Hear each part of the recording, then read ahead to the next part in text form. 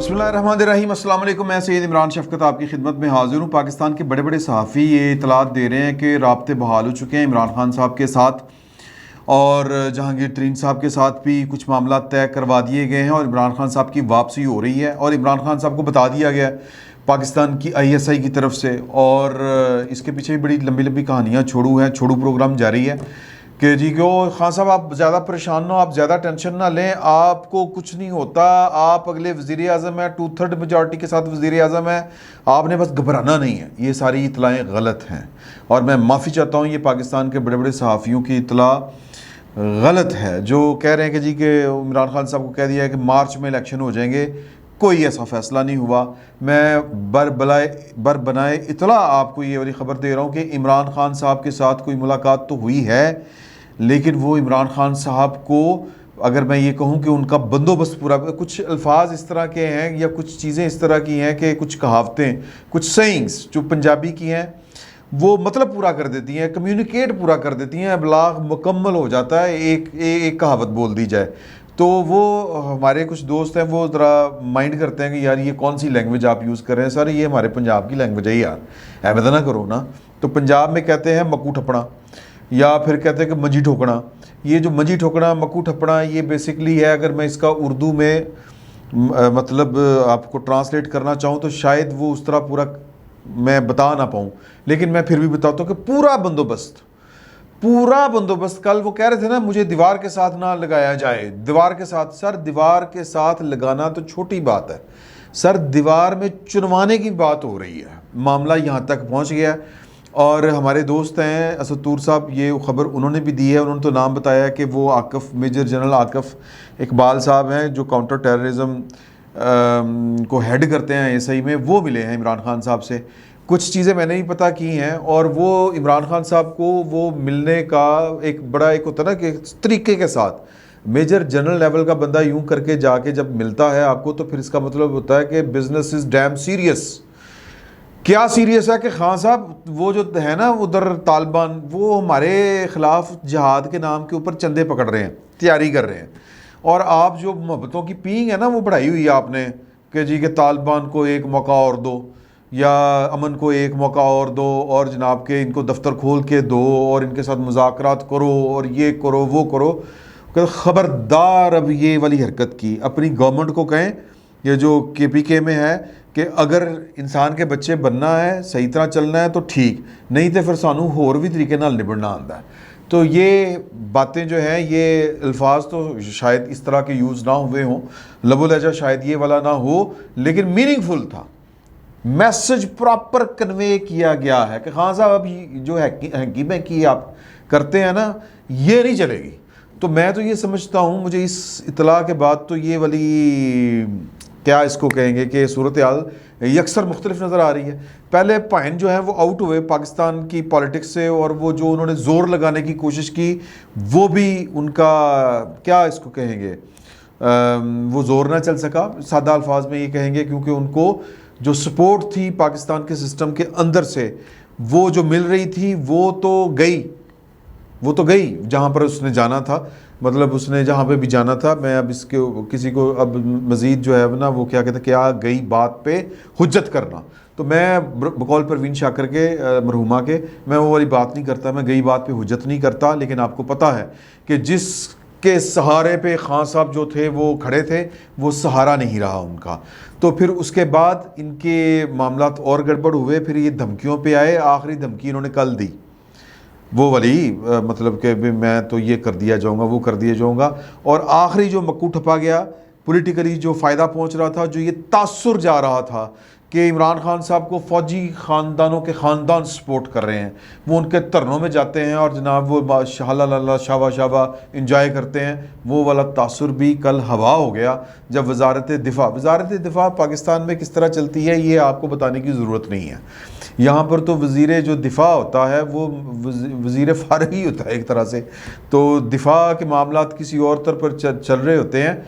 मतलब यार इस पर क्या ज़्यादा बात करनी, लेकिन देखें कि वज़ारत दिफ़ा ने कल जो फ़ैसला किया कि ये जो एक्स सर्विसमैन और पाकिस्तान वेटरन्स नाम के जो मुजाहिदीन और अपने आप को चैम्पियन समझ रहे हैं, जिन्होंने बेसिकली इमरान खान साहब का झंडा उठाया हुआ था, कल उनको फारिग कर दिया गया। और उनको कहा है कि अब बाज ना आए तो ताज़ीराती कार्रवाइयाँ होंगी। ये है सादा अल्फाज में मतलब, लिखा हुआ है उस इलामिये में। तो खान साहब के सारे पर काटे जा चुके हैं। आखिरी जो पर था जिस पे खान साहब पाकिस्तान के साथ खेल सकते थे, बाज नहीं आते खान साहब पाकिस्तान से खेलने से। उन्होंने शौकत तरीन के ज़रिए जो जिस तरह से खेला वो आपके इल्म में है, यानी कि पाकिस्तान की सलामती के ऊपर एक हमला है, यानी कि पाकिस्तान की सलामती को भी उन्होंने दांव पर लगा दिया अपनी ज़ात के इव्ज़ कि मैं नहीं तो फिर पाकिस्तान भी नहीं, नौज़बिल्ला। मतलब नौज़बिल्ला, खैर इस पे क्या कहना, मतलब खाकम बदहन में ये कह लें कि ये मुझे एक वो जुमले हैं जो हम अपनी ज़ुबान से अदा नहीं करना चाहते, हम सोचते भी नहीं इस तरह से। तो खान साहब तो वो अमल पे उतर आए हुए हैं। तो सर खान साहब को कल ये बता दिया गया है कि वो तो हमने आपकी हल्का बंदी कर दी है, नाकाबंदी कर दी है। अभी तालिबान वाले इशू के ऊपर भी आपने खेलने की कोशिश की कि अच्छा जाओ फिर मैं नहीं करता, यही किया है ना खान साहब ने कि जाए मेरा सूबा जो है वो IMF को गारंटी नहीं देगा, हम ऐसे नहीं पैसे देने जहाँ पर मेरी गवर्नमेंट है। उनको ये समझा दिया गया है कि इस मसले के ऊपर पाकिस्तान के साथ खेलने की कोशिश की तो खान साहब तस्वीर लगेगी। ये मेरा ख्याल है, ये मेरी अपनी एक तज्जिया है कि इससे ज़्यादा और तरीके के साथ यही बात पहुँचाई गई होगी। तो इसको आपने ज़्यादा सीरियस नहीं लेना, लेकिन खान साहब को सीरियस लेने की ज़रूरत है इसको, क्योंकि ये कुछ चीज़ें इस तरह की होती हैं जो पैन नहीं बर्दाश्त होती। दुनिया की कोई फ़ौज नहीं बर्दाश्त करती, दुनिया की कोई रियासत बर्दाश्त नहीं करती कि आप मुल्क की सलामती के ऊपर आ जाएँ पैन सीधे होकर। तो ये हिफ्ज़ माँ तकद्दम के तौर पर खान साहब ये रेड एरिया है, रेड लाइन है, सॉरी रेड एरिया नहीं कहना चाहिए, रेड लाइन है, ये बाउंड्री है, ये सेंसिटिव एरिया यहाँ से शुरू होता है। अगर आपकी गवर्नमेंट ने ये जो तालिबान जो कुछ इस वक्त पाकिस्तान के साथ हो रहा है, अंदर खाते बहुत कुछ हो रहा है, बहुत कुछ हो रहा है। फैज़ साहब को जो शिफ्ट किया गया था ना, तो वो जो डॉक्ट्राइन ऑफ फैज़ लेके आए थे उसमें फ़ारिग होने में एक ये भी चक्कर था कि वो नई फ़िलासफ़ी को जन्म दे रहे थे कि नहीं हमने तो इनको बड़ा साथ लेकर चलना, तो ये करना वो करना, ठीक है ना। तो वो उनको फ़ारिग होने की एक फ़रागत की एक वजह ये भी थी। तो सर मैसेज बड़ा क्लियर दे दिया गया खान साहब को। अब इसको शेख रशीद साहब, फवाद चौधरी साहब, वो नहीं गल हो गई है भैन नाल, भैन मांगे मामला ठीक हो गया ना। खान साहब वापस आ रहे हैं, जो इस तरह करके इसको मैनिपुलेट कर रहे हैं वो खान साहब के साथ ज़्यादती कर रहे हैं। और खान साहब से ज़्यादा बेसिकली तो ये पॉलिटिकल स्टंट्स होते हैं कि अपने आपने जो वोटर सपोर्टर होते हैं उनको आपने इस तरह लारा लगा के रखना होता है, हौसला दे के रखना होता है कि भैन वो नहीं भाई लोगों के साथ अपनी यस है, मामला ठीक हो गए ने, फिट हो गए ने। क्योंकि खान साहब की पूरी स्ट्रगल यही थी कि मेरे साथ मामला ठीक करें। और इमरान खान साहब की स्ट्रगल क्या थी, लेकिन खान साहब के साथ मामला कोई नहीं बिगाड़ना चाहता था। खान साहब ने तो वो अगेन वो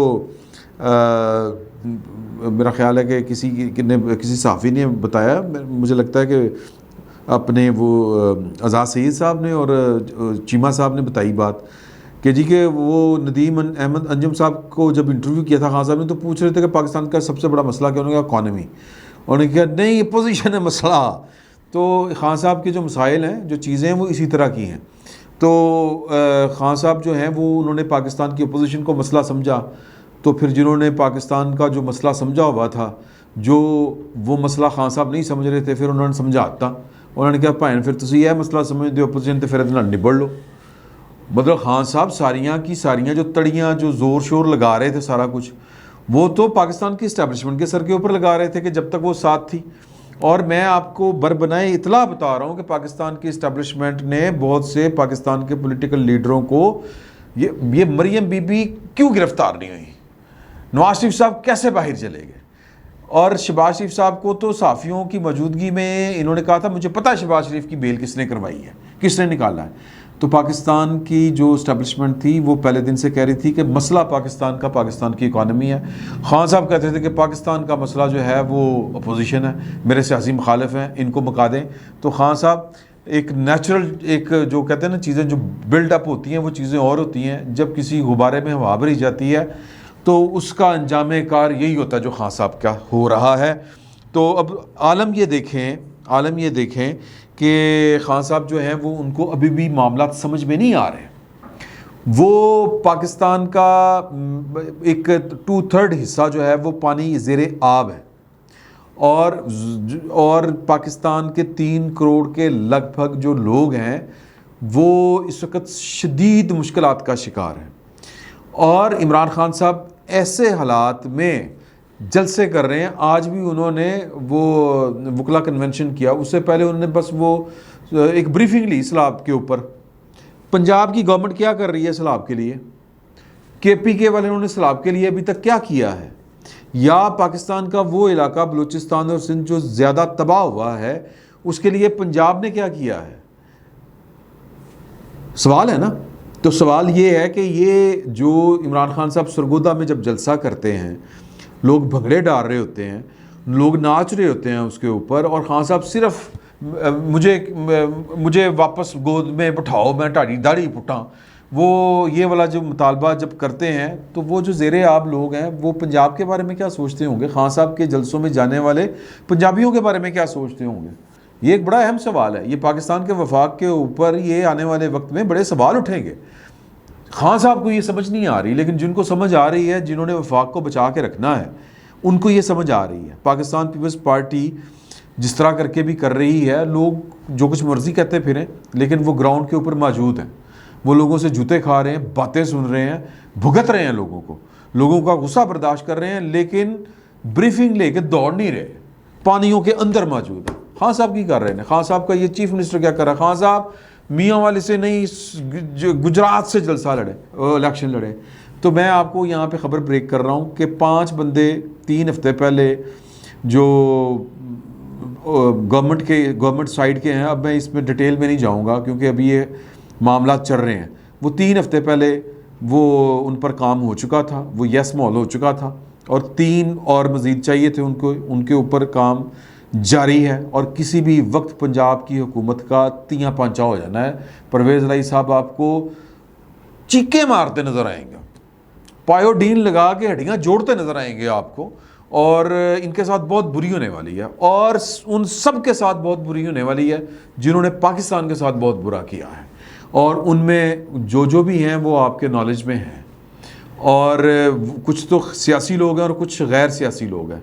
सियासी लोगों का अंजाम कार तो पाकिस्तान के सियासी लोगों के हाथों होगा, और रियासत जो है वो अपना जो कहने के उसमें जो कानून है वो अपना रास्ता खुद बनाएगा। ये बात आज लिख लें आप, कोई माफ़ी नहीं देगा। और आखिर में मैं पाकिस्तान के उन जुगादरियों को, उन बड़े बड़े सहाफ़ियों को 21 थोड़ी हैं, 1.5 कर रहा हूँ, 1.5 तोपों की सलामी देना चाहता हूँ, जिन्होंने कहा कि जी के जहांगीर तरीन के साथ भी एक ताकतवर शख्सियत मिल चुकी है, और जहांगीर तरीन साहब जो हैं वो किसी भी वक्त इमरान खान साहब को रिजाइन कर लेंगे, और वो सारे के मामलात उसी डगर पर आ रहे हैं। ये जिसको कहते हैं ना, अफवाह साज फैक्ट्रियाँ हैं, और अफवाह साज फैक्ट्रियाँ किसी के कहने के ऊपर, किसी के समझाने के ऊपर ये अफवाहें छोड़ रही हैं।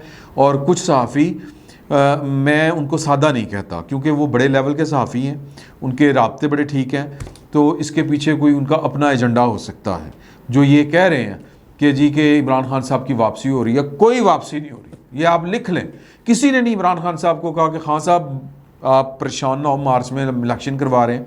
और मार्च में इलेक्शन, सर मार्च में क्या इलेक्शन होने हैं? आप अंदाज़ा करें, ये जो तबाही आई हुई है, ये तो मार्च में पता नहीं। वो खान साहब तो आज कह रहे थे अप्रैल में वो फसलें हो जाएंगी, गंदम बीज देंगे, सैलाब के फ़ायद बता रहे थे राजनपुर में। और सर लोगों के पास बीज के पैसे होंगे तो बोएंगे ना फसल। तो हालात तो ये हैं, और बहुत बड़ी क़यामतें आ रही हैं आगे। माफ़ी चाहता हूँ, एक मुआशी बहरान आ रहा है आगे, लेकिन खान साहब को फ़िक्र ही नहीं है, उन्होंने पता ही कोई नहीं। खान साहब जो हैं वो पाकिस्तान की सियासत से एलिमिनेट होंगे, पाकिस्तान के लोग उनको एलिमिनेट करेंगे, पाकिस्तान का कानून जो है वो खान साहब के ऊपर लगेगा।